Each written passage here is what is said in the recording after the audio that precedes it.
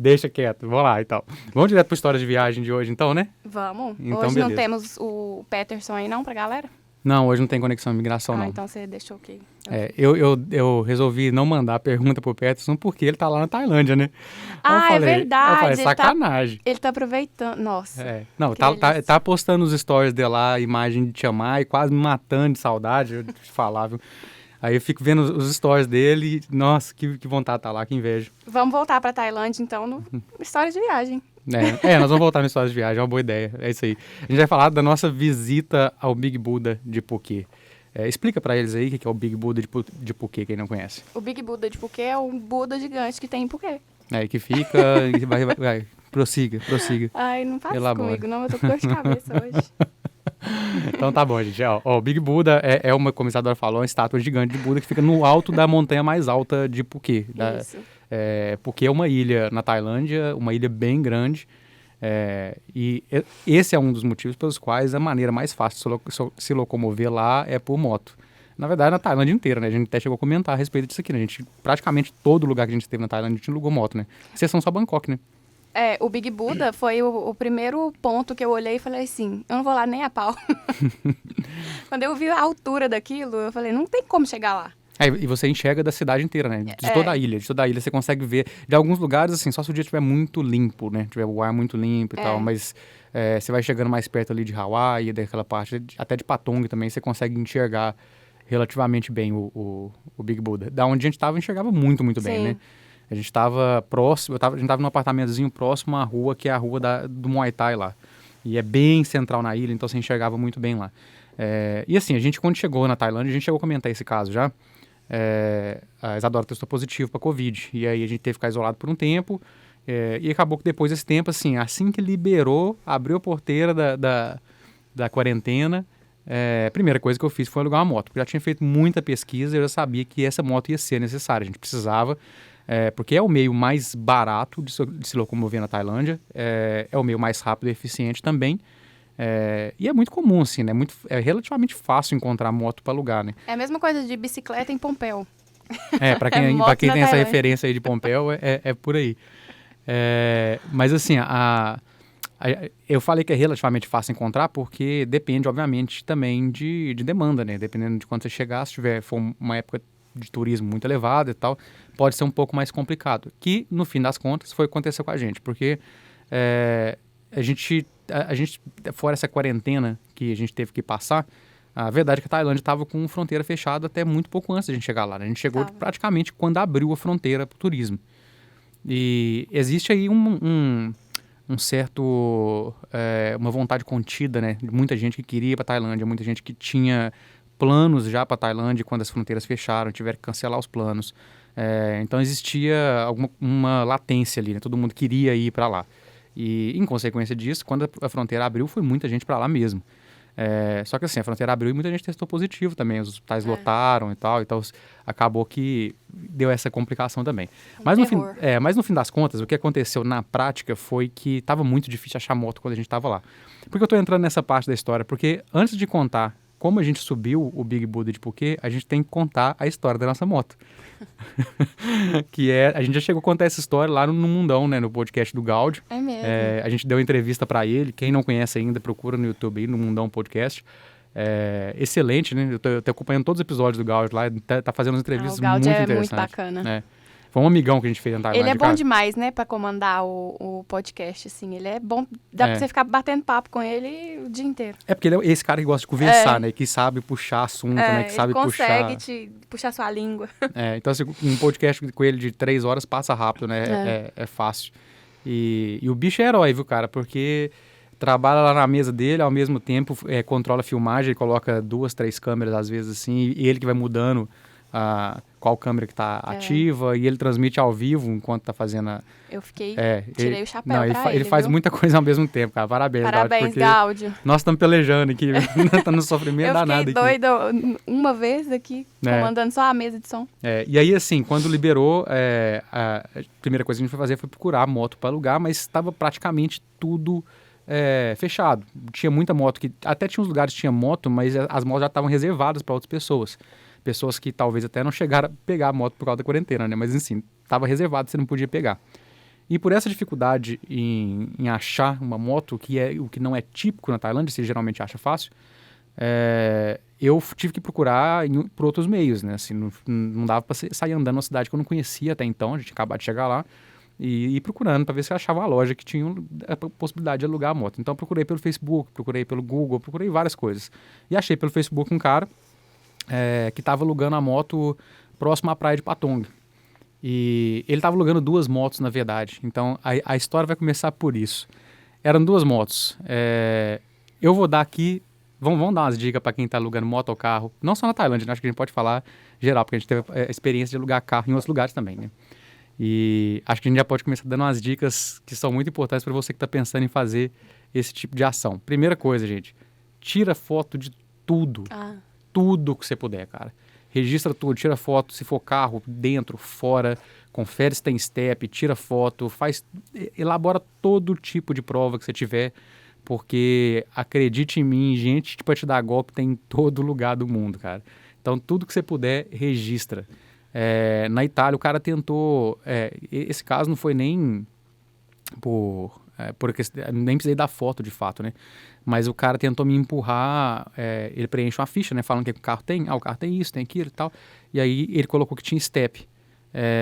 E eu conferi, o carro não tinha step. O cara, não, o carro tem step sim e tal. E fui lá e mostrei, falei aqui, ó, não tem step. Risca aqui e coloca o certo. Você lembra disso? Não. Foi lá na Itália. Aí o cara riscou e tal e colocou que não tinha mesmo. E assim, pra mim tava muito claro que era uma tentativa de golpe, porque a gente acabou percebendo, tanto na Itália e na França, que lá não é comum step. Os carros não costumam usar. Eles geralmente têm um sistema de... Você leva como se fosse uma bomba.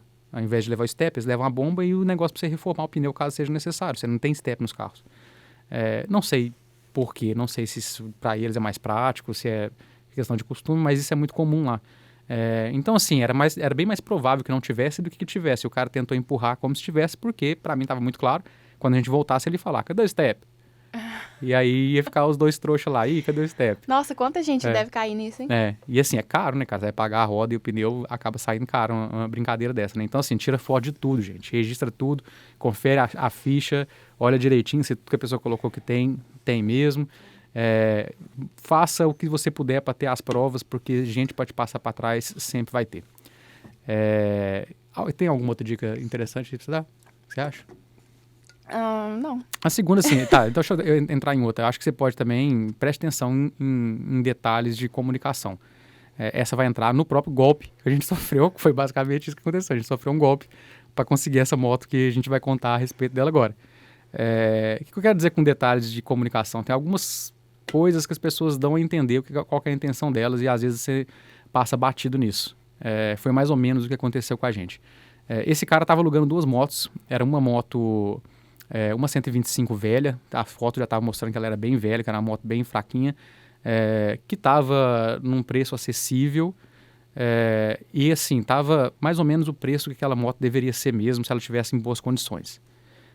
E uma outra moto, uma 150, que estava um pouco melhor aparentemente pelas fotos, mas que estava um preço absurdo.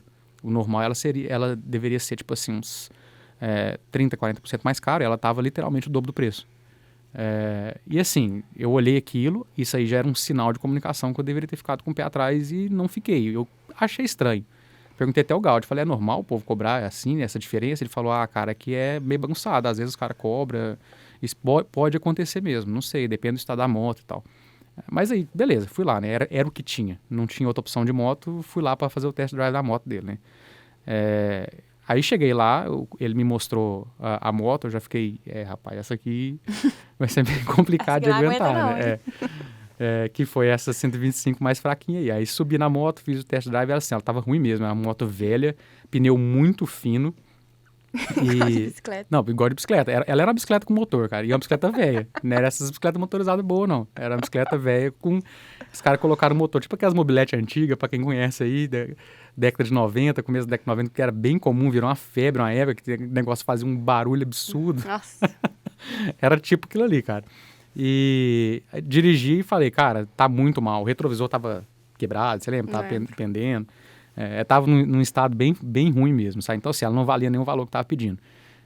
Tava num estado tão ruim que eu falei, cara, mesmo a outra estando muito mais caro que devia, é melhor pegar a outra do que pegar essa moto aqui. vou fazer um test drive na outra.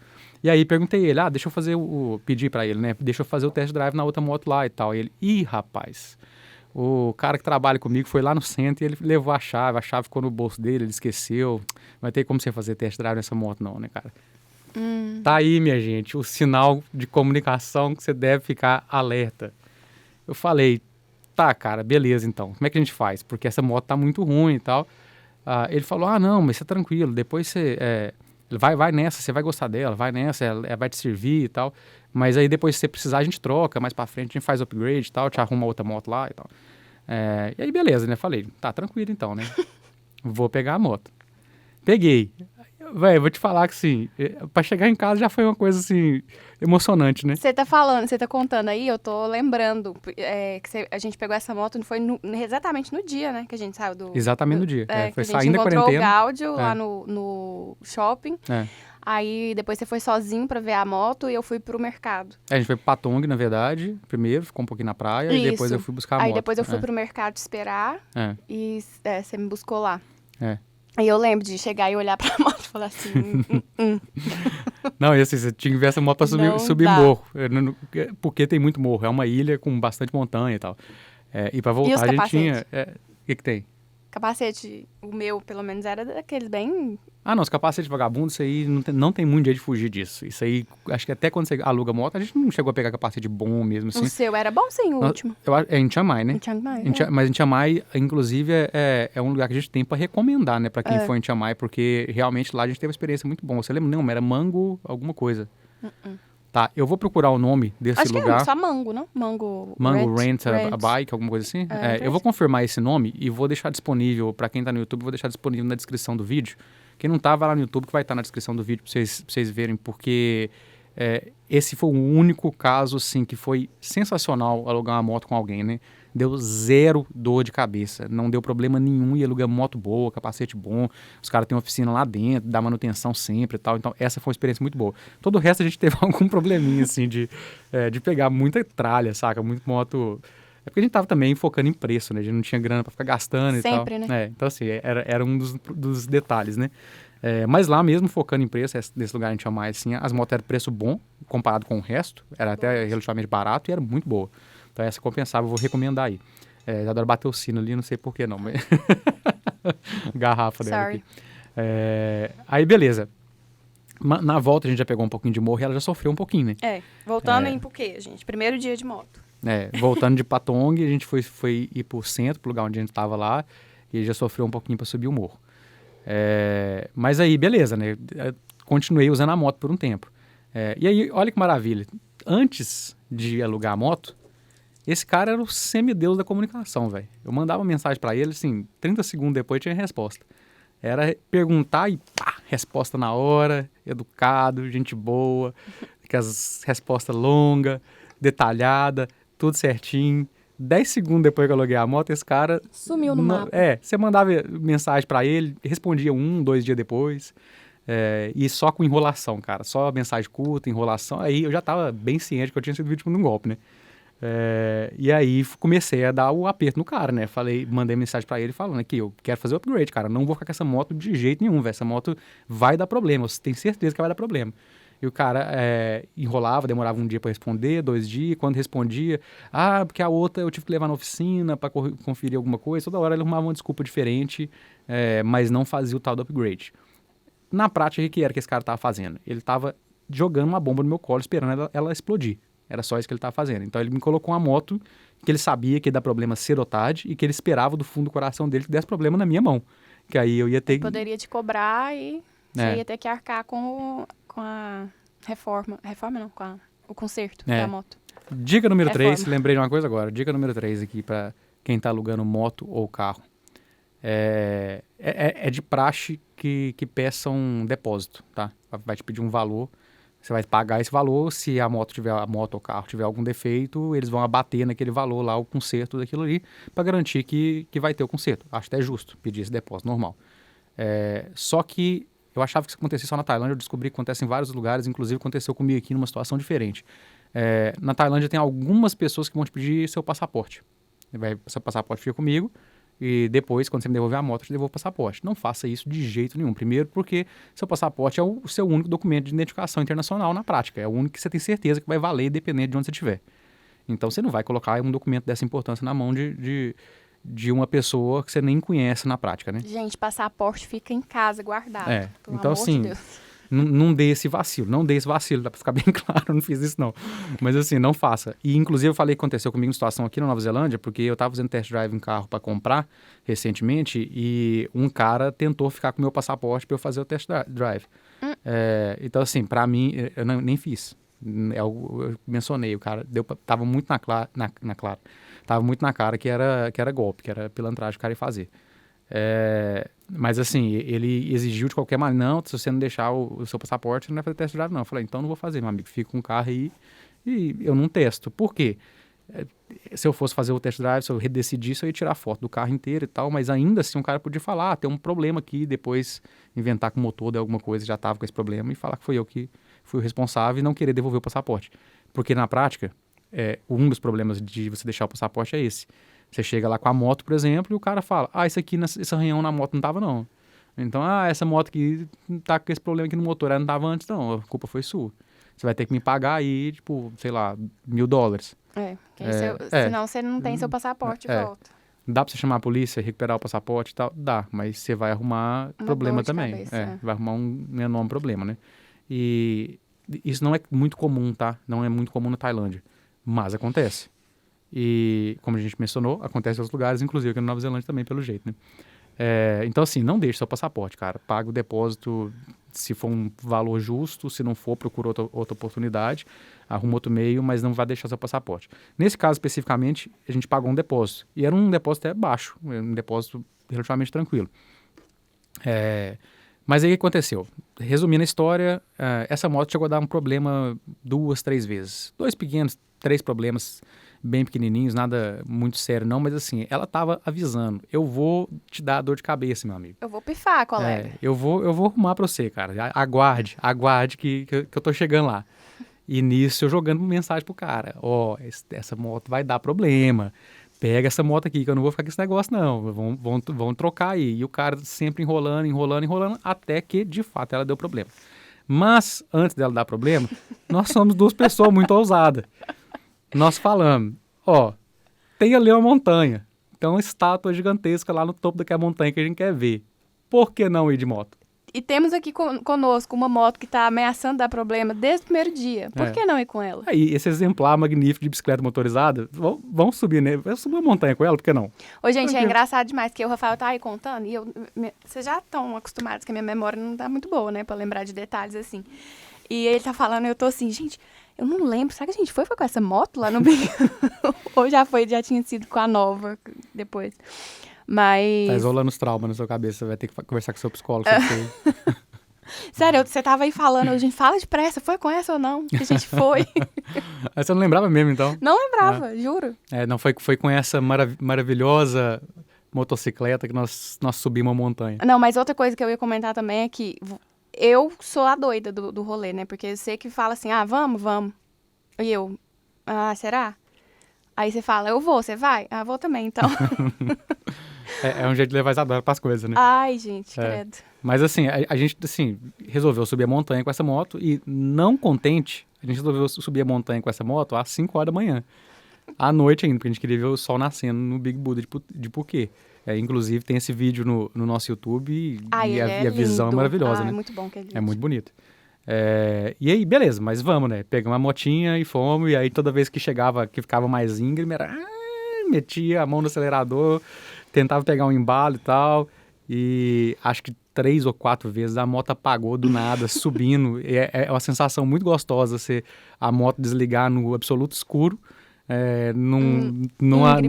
você tá subindo uma parede, a moto desliga sozinha do nada, e você não tá enxergando nada e a moto começando a voltar. É muito bom, a gente recomenda demais essa sensação. Mas assim, ela apagava e freava e tentava segurar, levantava da moto, ele tentava ficar em pé do melhor jeito possível, virava ela ali de modo perpendicular à estrada, ligava de novo e aí ia fazendo zigue-zague, porque não dava para subir direto, senão ela apagava de novo.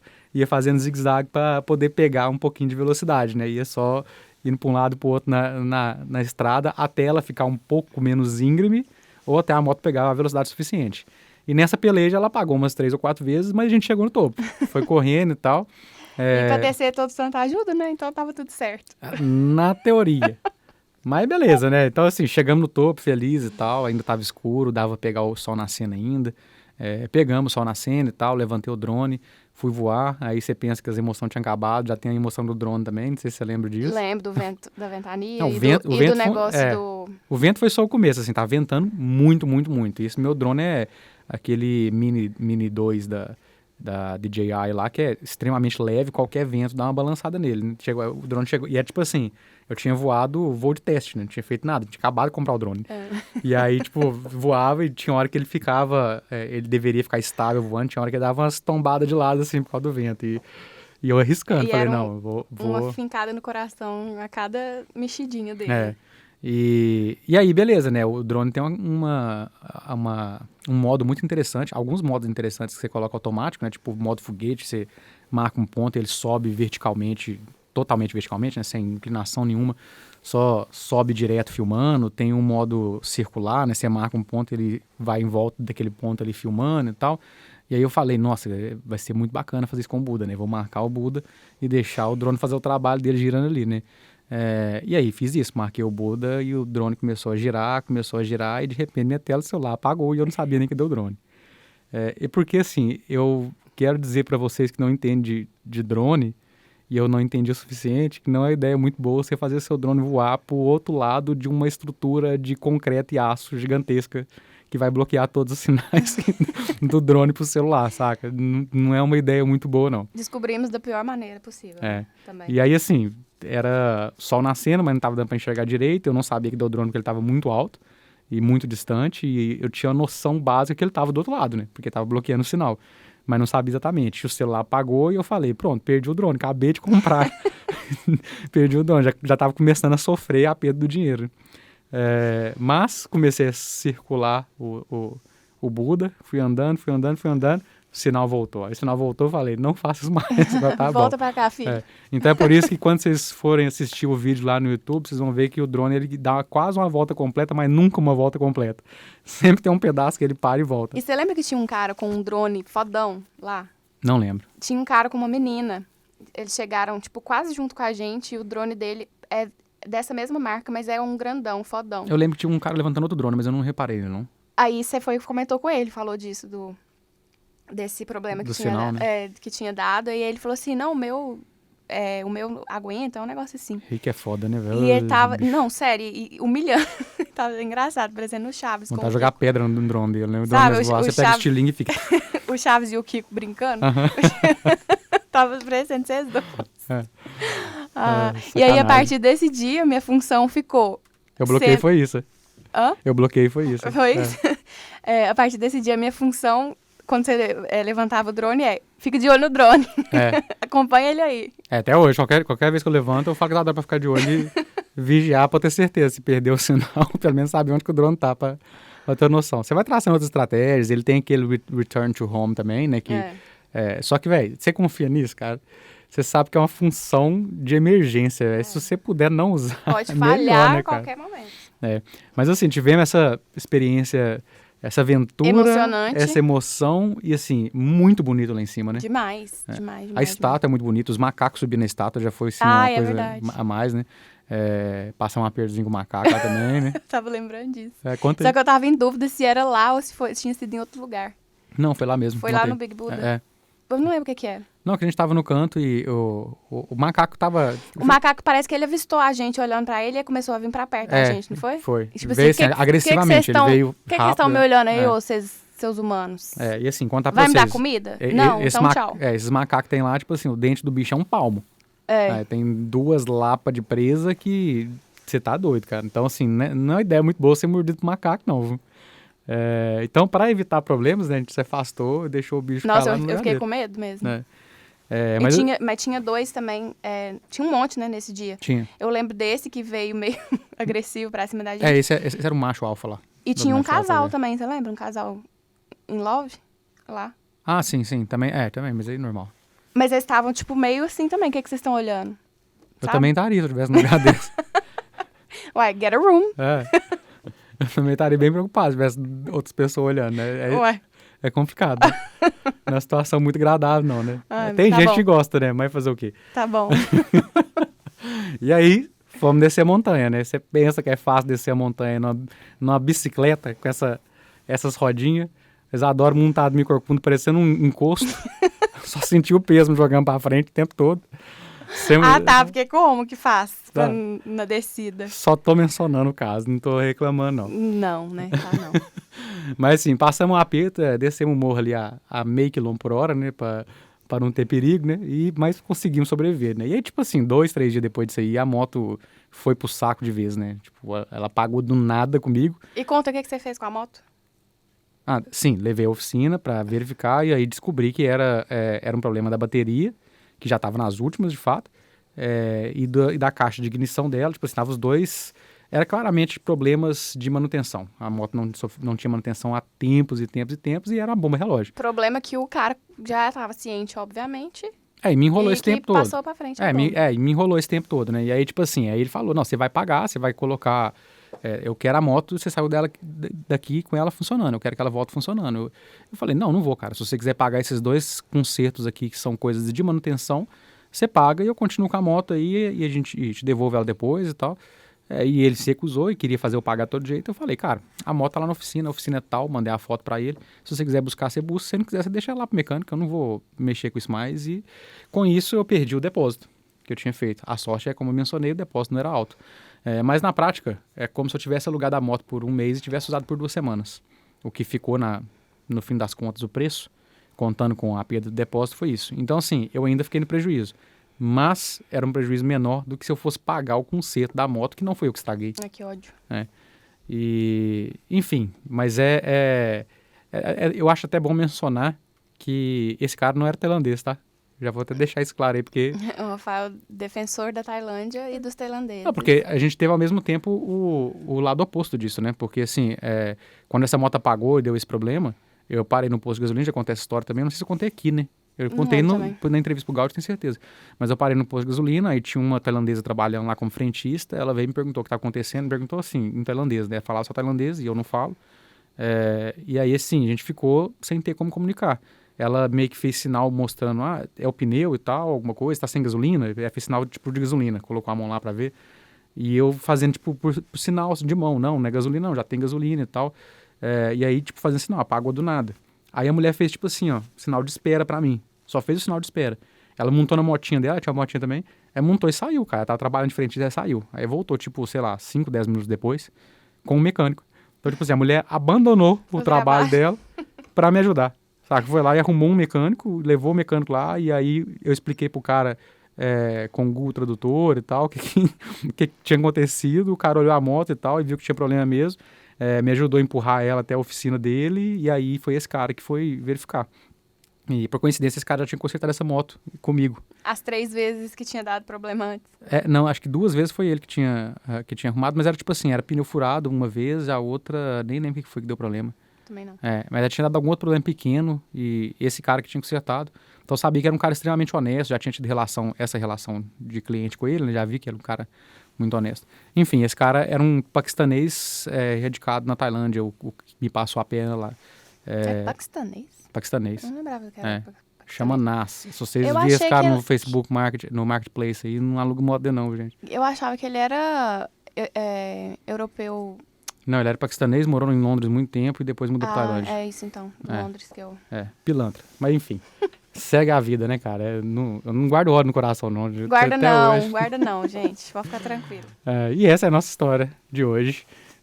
Que a gente falou mais da moto do que do Big Buda. Mas é isso, né? É o conjunto. Assim, o Big Buda falar o quão é bonito lá, né? Assim, você vê por que inteira, né? O Big Buda, você tem que ver o vídeo, né? Mesmo, pra ter uma dimensão. Se você não sabe o que é o Big Buda. Você tem a vista da Baía de Hawaii, e assim, é muito bonito. No amanhecer lá é muito bonito, né?